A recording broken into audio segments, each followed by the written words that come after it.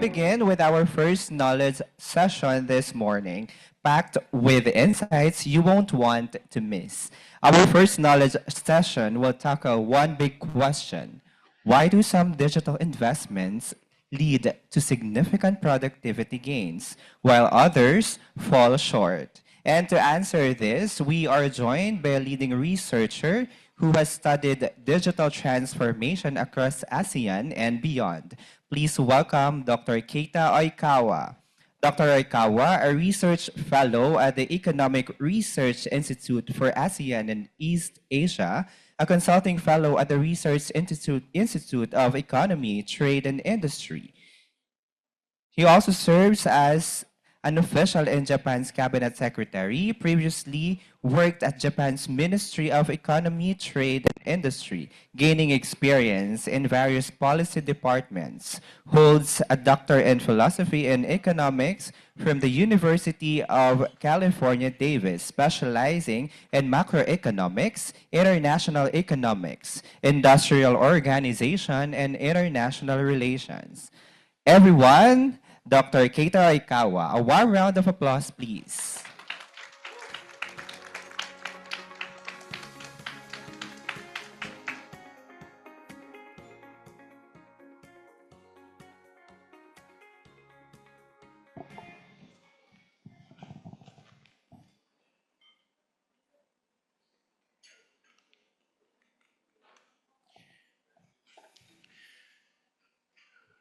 Good morning, distinguished participants. First of all, I'd like to thank DAP and people, the organizer, and all the participants for this important conference. Yes, I'm Keita Oikawa, research fellow at the Economic Research Institute for ASEAN and East Asia. We call it AREA.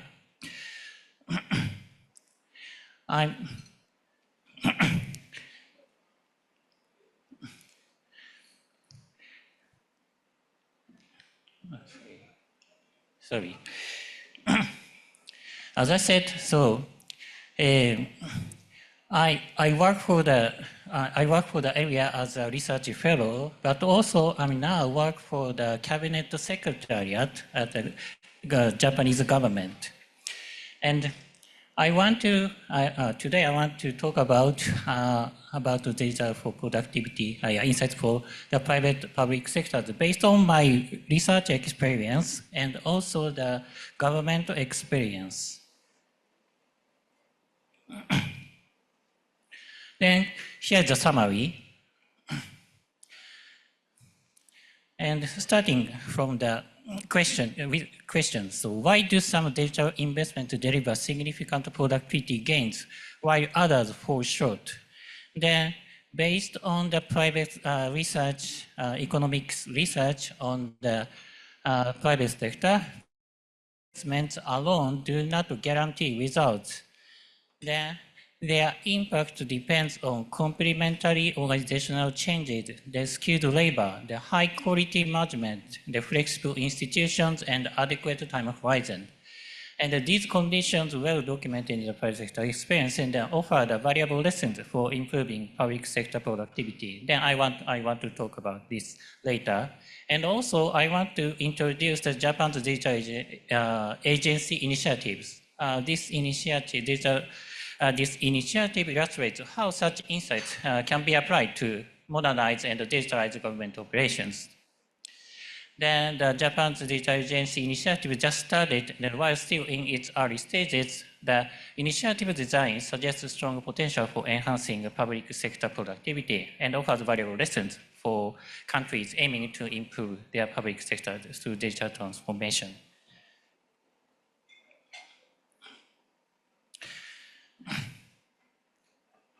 Then, so what economics teaches about successful digitalization? This is the first part of my presentation. Sorry. Here's a brief summary for the economics part. Then, The first one, economics insights on the digitalization, this is more of the complementarity, focusing on complementarity for the ITs.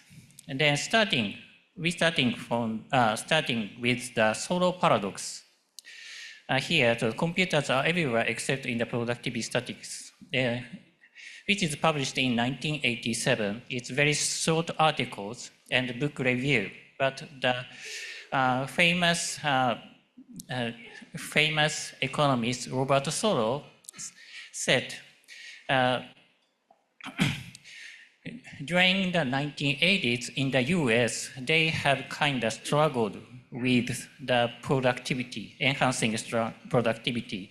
And Solow said, computers, we can see computers everywhere, but we couldn't see the productivity gains. That's why then these computers are everywhere except in the productivity statistics is a kind of famous line in the economics, and it is called the Solow paradox. And then I want to talk about a little bit about theory. Then the economists started to resolve the Solow paradox. The first explanation is GPT. General purpose technologies need complements. And then Bresnahan Trachtenberg in 1995, so ICT is a general purpose technology whose payoff will require complementary practices and standards and coordination. Then without them, diffusion and gains are delayed. And next, then economists give the firm evidence the complements are decisive. Then IT raises productivity only when paired with the skilled labor and the modern workplace organization. Then next is the time matters. So return to the computerization built over 5 to 7 years as process redesign and skills accumulate. And next, the management institutions explain gaps. And post-1995, US outperformance reflects stronger management practices that extract more from the same IT. Then Europe's shortfall sits in ICT using services. So the US looks like the overcome the Solow paradox, but meanwhile Europe is struggled with the productivity enhancement. So this is this paper is one solution to explain the gaps between the US success is the Europe's shortfall. The next, then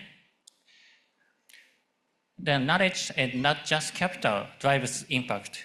The field experiments show that when firms adopt core management practices with hands-on coaching, the defects and inventory falls and productivity rises.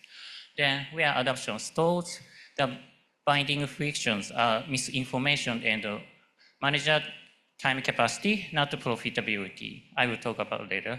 Then next, from idea to scale, common failure points. Then successful programs of sequence that understand the tech, build or prioritize the portfolio and co-own pilot with business plus IT section and integrate and govern to scale.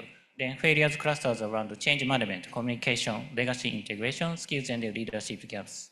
And finally, frontier AI, so generative AI, its complements shift and equity effects emerges. So generative AI raises productivity in real operations and benefits lower skilled workers most. Quality and learning improved, while complex reasoning still needs human expertise, then implying a new complement, training, workforce redesign, the governance incentives important. So then I will talk about it step by step, starting from the Solow paradox.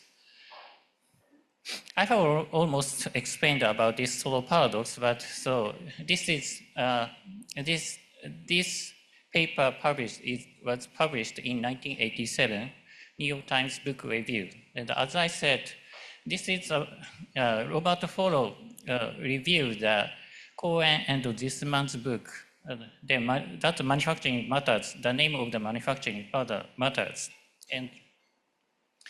And Soro said, okay, it may be that there will be a good future, but so we need to consider the last line. So you can see the computer age everywhere, but in the productivity statistics. So that's Soro paradox, the visible IT revolution, but no reflection in productivity data. This is the starting point of the economics about the productivity and digitalization.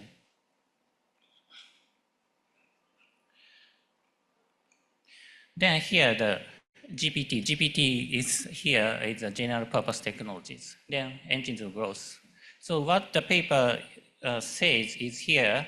So general purpose technologies are broad and improving platforms used across many industries. Then the paper model shows a feedback loop. So better GPT, more valuable applications, better applications, stronger incentive to improve the GPT. This feedback loop can be set in economics terms, the positive externality. So when positive externality exists, then usually often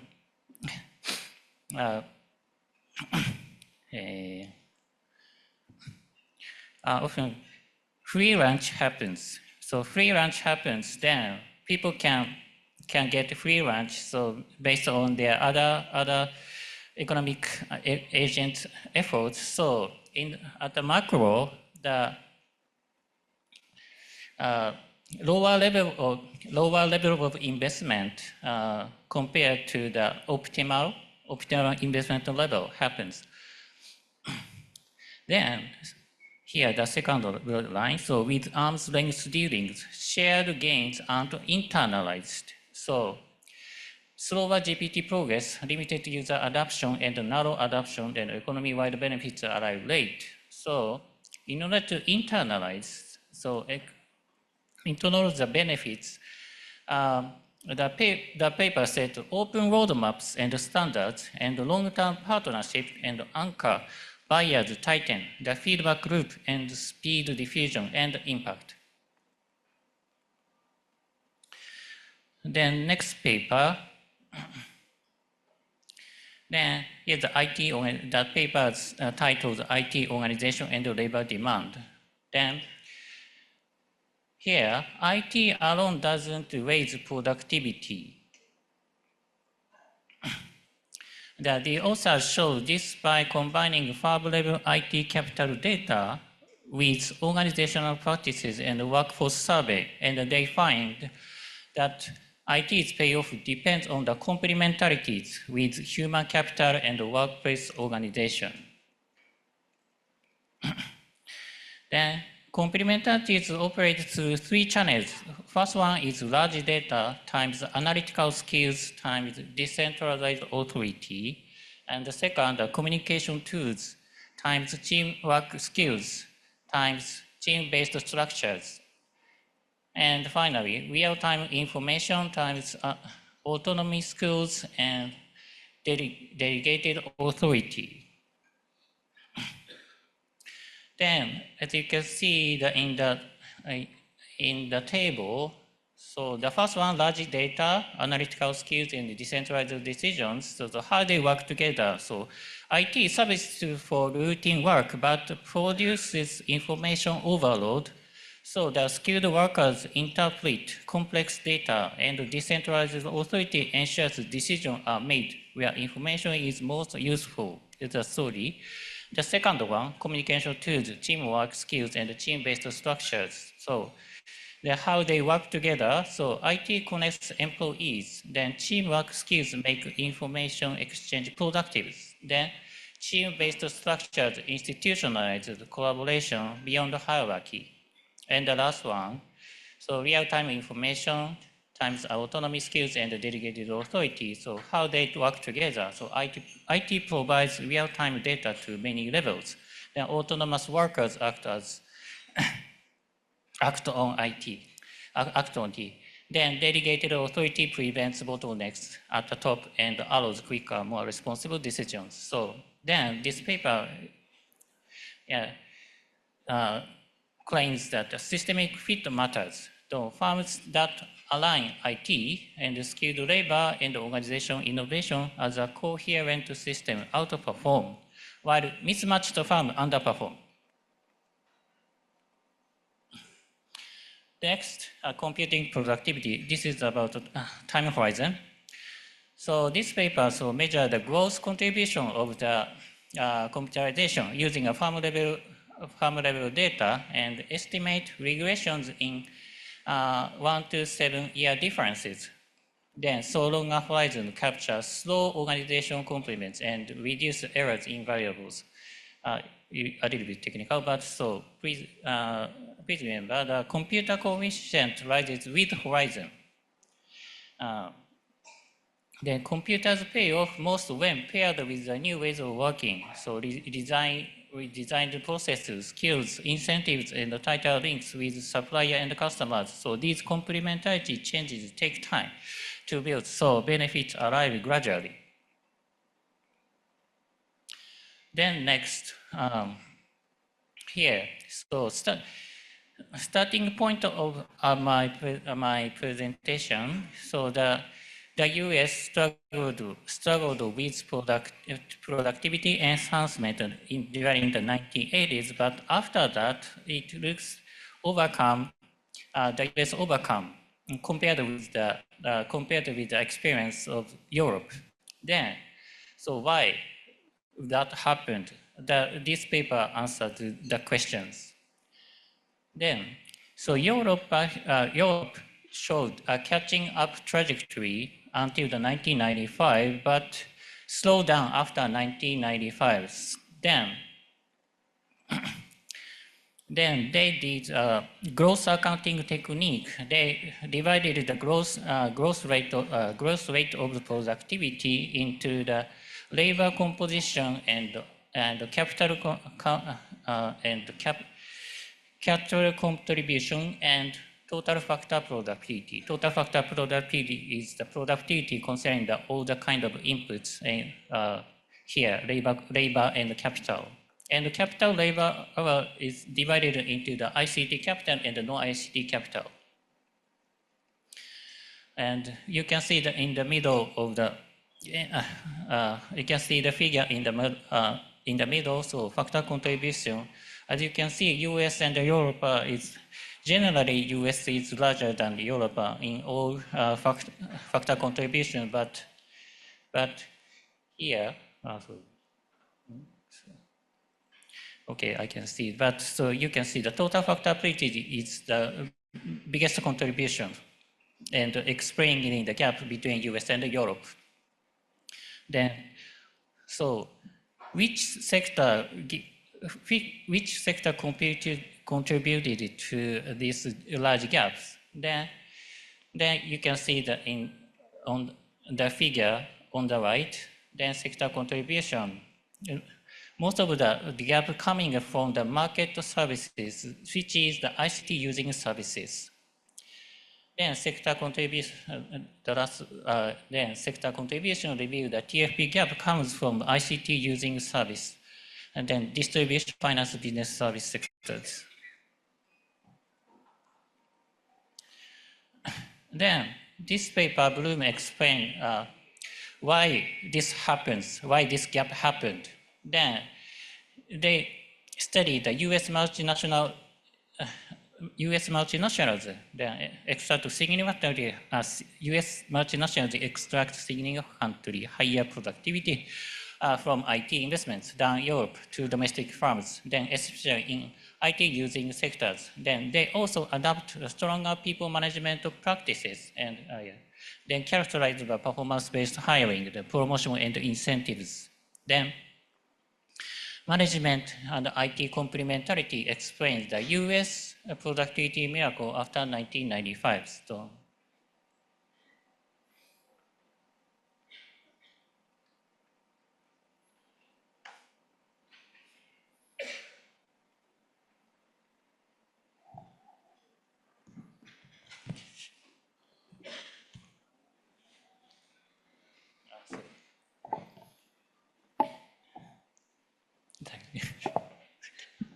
Okay, then I will continue, sorry. And here, it is not about it is not about the IT, but in general. So this paper answer to the question: does management matter? And here, so management and the productivity is maybe moves together. I think you already think like that, but yes, it is correlated, but it is the causation.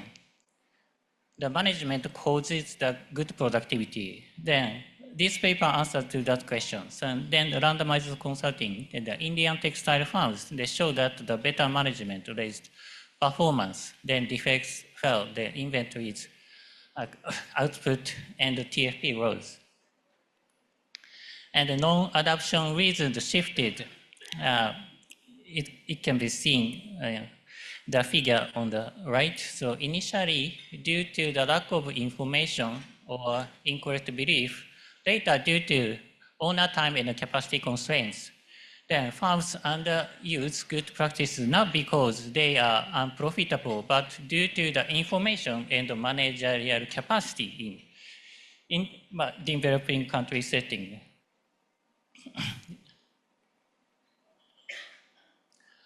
And here, so AI for the real world, it is the paper written in 2018, so before the generative AI, but so in general, AI or IT projects,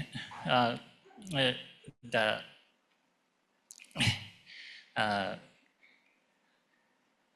yeah, in general,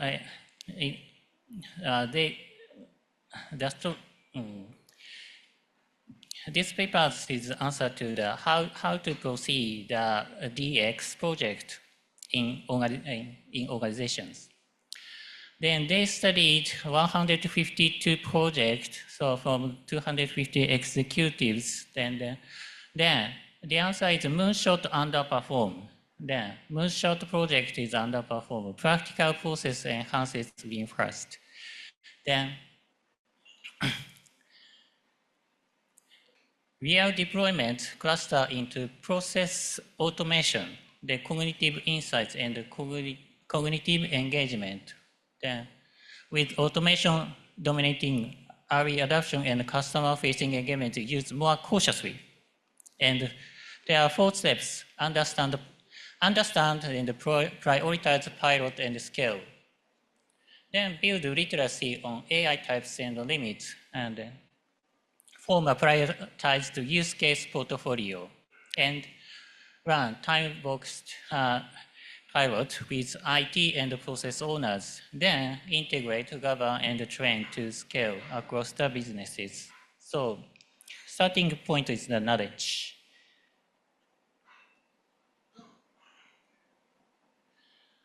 Next, it is about managing the DX. So here is the barriers to the DX, summarize the barriers to the DX. Then digital transformation falters when firms mismanage change and communication, the lack leadership, vision, and cross-functional collaboration, and underestimate cost and legacy system integration, and fail to build the necessary skills, resources, and employee commitment.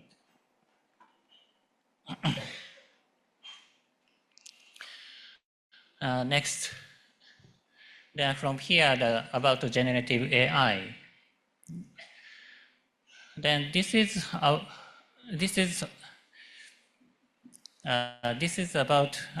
the study on the college-educated professionals. They are doing marketers, and grant writers, consultants, analysts, human resource managers, and this study is randomized control trial is and 6 occupations, as I said, who performed writing tasks, some with access to ChatGPT and others without.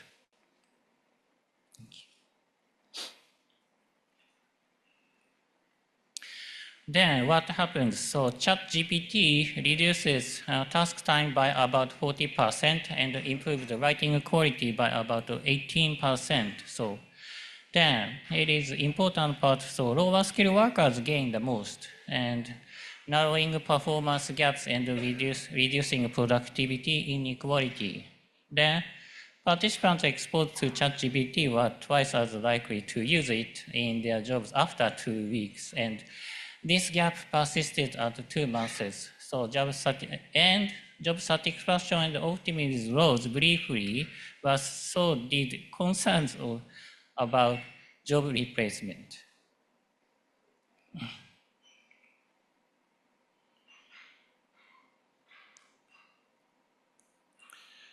Next one is also the study about the generative AI, and this study, uh, uh, they studied customer support agent productivity. Then using data, customer support agents at the business process software firms.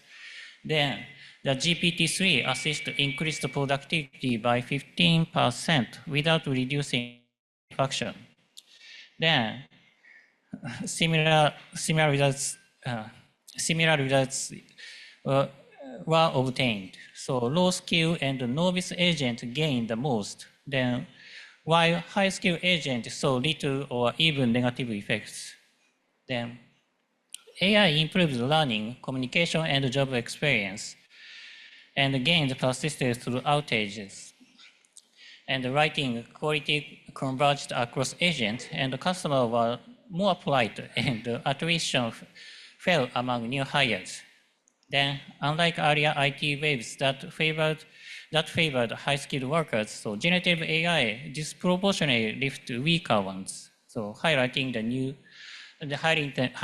need for compensation policies that incentivize workers to contribute to the model training to sustain the long-run benefits.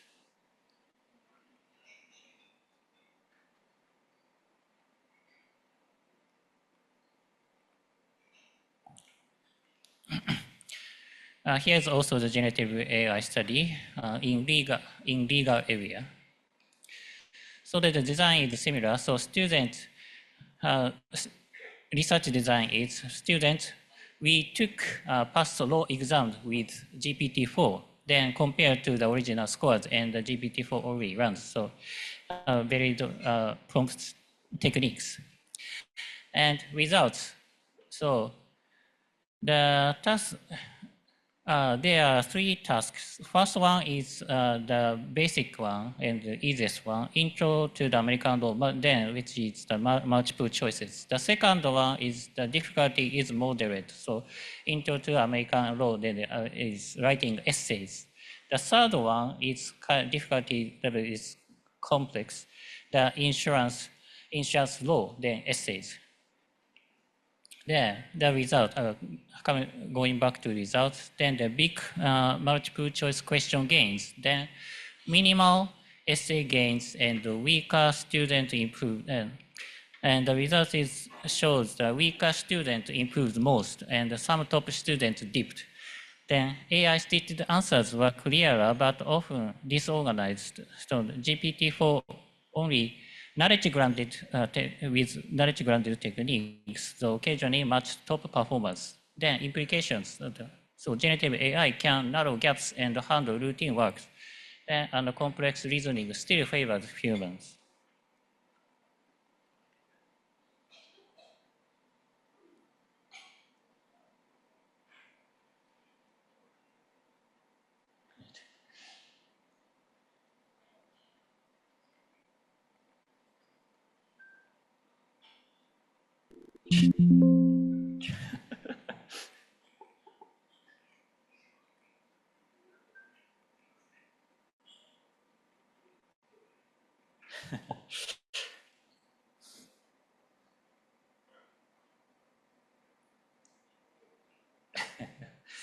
I cannot stop.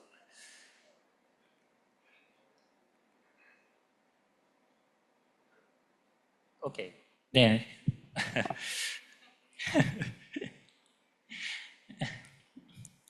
here's the summary until now. So key factors for successful digitalization. The first is complementarity, not IT alone. So pair tech with redesign roles, teams, and delegated authority. Systemic fit beats standalone tools. And the second is the standards and coordination for GPT, IT. So general purpose of technology pays off faster with shared standards, open roadmaps, and long-term partnerships. The third is management quality is decisive. So strong targets, so monitoring and people management to extract more value from the same IT. The fourth, the fix field knowledge frictions. Then adoption stalls from misinformation and limited manager time capacity. So not profitability, hands-on. Coaching lifts performance. The fifth, plan on multi-year horizon. The payoff from computerization built over 5 to 7 years as complements accumulate based on this research and short cycle understate returns. So we need to consider that a little bit longer term to gain productivity. Then next, the productivity gains in ICT using services. So gaps stem mainly from the service function that use ICT, not ICT production. So we can expect the potential in the ICT using service, I think including the government services. Next, the sequential adoption with pitfall controls. Then learn knowledge first, learn the tech and prioritize high return on investment use cases that co-own with service owner plus IT section and integrate and govern to scale. Then failure clusters in change management, legacy integration, skills leaderships.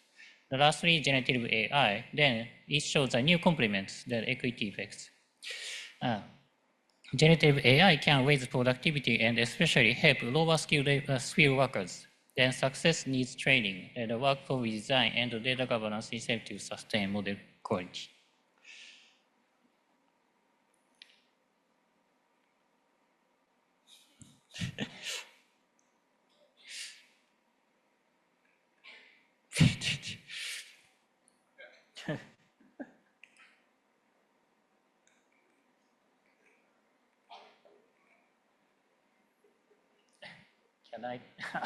Can I ask someone to move this slide?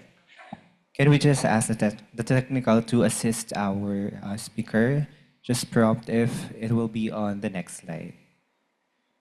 Maybe it looks okay. Yeah. Thank you. Then next, applying economics insights to public sector. So Japan's data agency initiative. I think I almost running time, but so I want to introduce the Japan's data agency initiatives. So,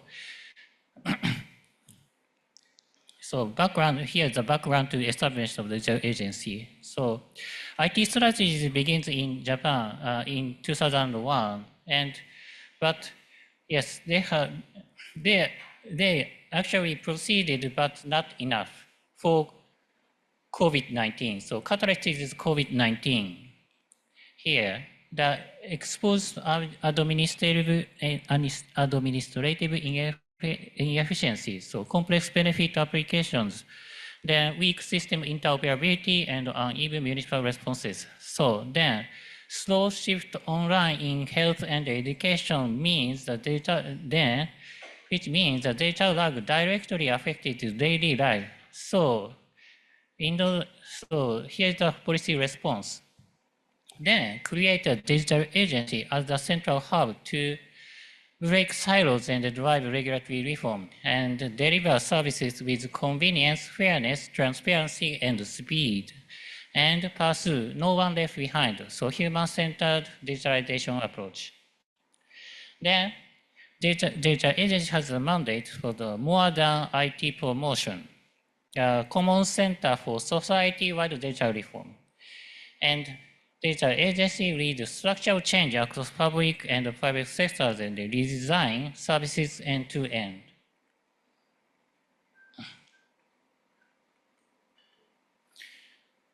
So next slide, please.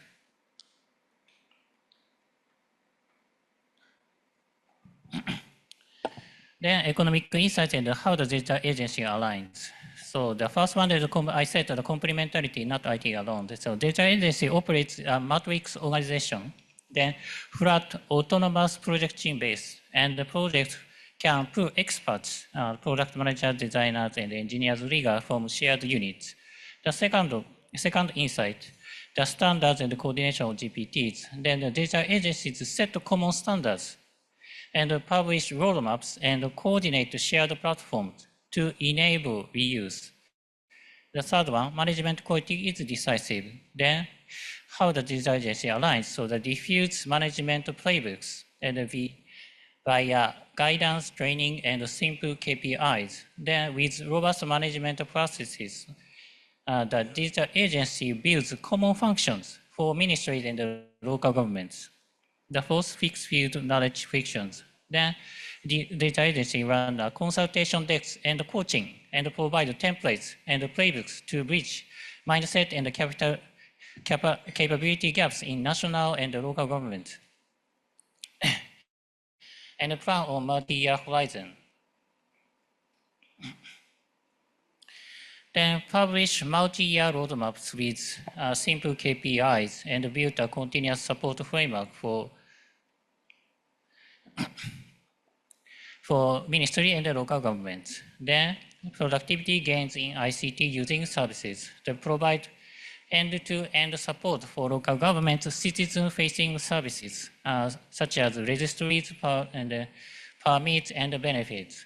Then sequential adoption with pitfall controls. Then digital agency alliance publish the management playbooks follows the order of the understand, prioritize, co-own, pilot, integrate, govern, and scale. Then enforce integration and governance gates before the rollout. The last three, generative AI, so new complements. Then digital agency issue generative AI guidelines, and then appoint chief AI officers and provide advanced AI utilization advisory board and AI consultation desk to support safe scaling for for national and local governments. Thank you. Sorry. Next. Thank you. Here's the organizational structure, and you can see the digital agency is within the cabinet. Okay. And they handle the planning and the cross-government coordination of basic digital society policy. And so digital minister can issue recommendations to the head of relevant ministries and agencies who must give them due consideration. Then here's the organizational structure. This picture shows the matrix organization style. So then, no bureau section hierarchy. So uses the chief coordinator and council post with the flexible assignment. So project-based, the matrix organization, and also the resource unit, horizontal expert pool by domain, the project group, at vertical, the delivery lines. So the agile project-based shifting can be done.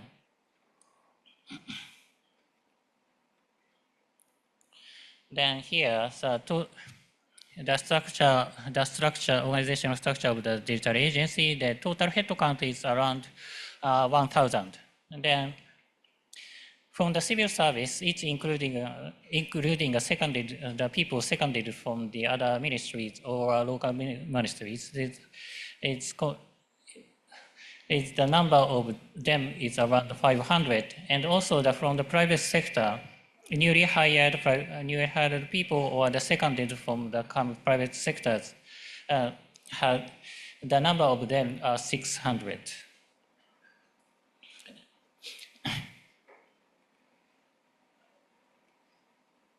Then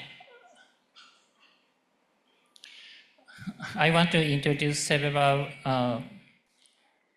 initiatives by the digital agency. First one is centralized project oversight.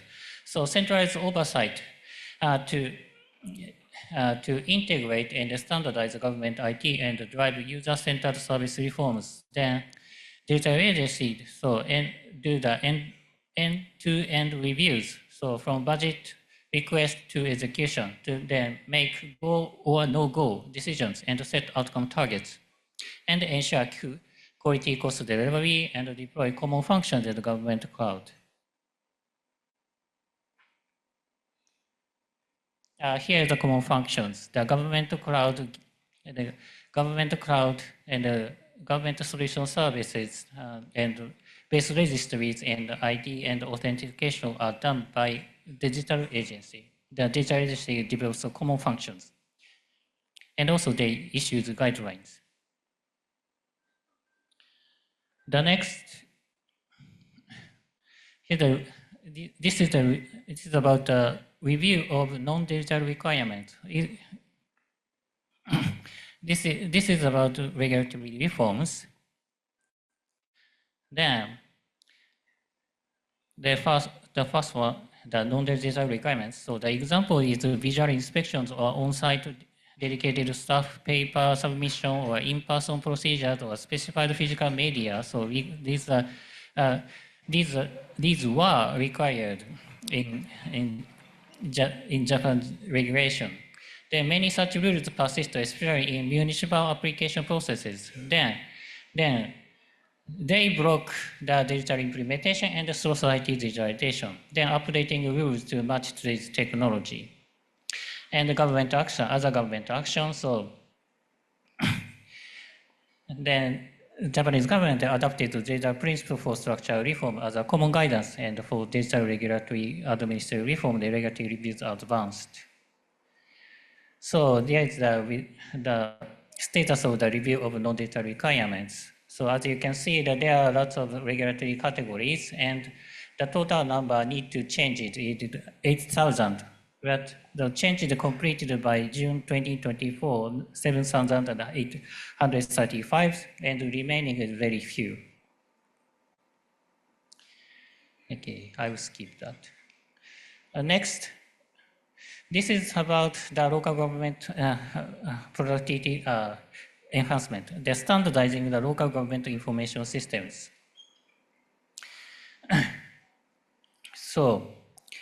So why need to be changed? So there are the pain points too. So the older systems, it's the bespoken systems in each authority then so one of fixed for every updated legal changes and the incompatible specification across authorities, and then heavy coordination cost, slow cloud adoption, and good services don't scale quickly nationwide, then taking policy actions. Then the new act requires the standard compliance systems for designated operations by fiscal year 2025, and the 20 designated domains are 20 domains are designated: benefits, resident records, elections, tax, health, and long-term care, pensions, etc. Then I want to skip the details, and here's the government cloud. So the ministries and the local governments build systems separately, which means that uneven convenience, flexibility, security, and speed. Then move to a common cloud environment across the national, local, and quasi-public sectors to deliver better services faster. And the providers selected as of now, so AWS, Google Cloud, Microsoft Azure, and Oracle Cloud Infrastructure, and Sakura Cloud. Sakura Cloud is a Japanese company. Here's the benefits. The government cloud is a platform approved and managed by the digital agency to maximize safety, security, and convenience for users. And the users automatically get the latest technology and top-tier quality without managing it themselves. And another benefit, lower cost and use of the latest technology, simpler and cheaper than procuring public cloud on your own. The agency selects cloud services suited to public sector digitalization, providing secure, always-on access to the latest technology. And the last initiative is the promotion of generative AI use. Then the digital agency published a guideline on generative AI. They say the purpose and the stance and the governance, how to governance, the central support, and risk-based management, and the sequence rollout, and the agency will to implement, and the capacity building, and the use case creations.